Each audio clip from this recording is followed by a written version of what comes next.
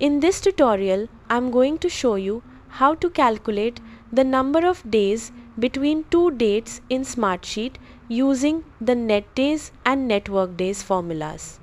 First, open your Smartsheet and make sure you have a start date column and an end date column containing the dates you want to compare. Next, create a new column where the calculated number of days will appear. To calculate the total number of calendar days between two dates, click into the result cell and enter the NETDAYS formula. Select your start date as the first argument and your end date as the second argument. The formula will return the total number of days between those dates, including weekends. After entering the formula, press enter and Smartsheet will automatically calculate the result. If you only want to count business days and exclude weekends, use the network days formula instead.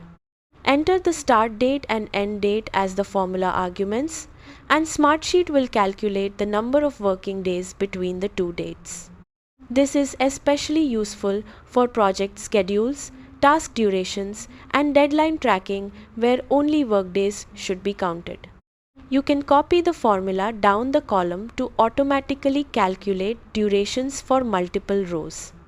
Review your results to make sure the dates are correct and the formula is referencing the proper cells.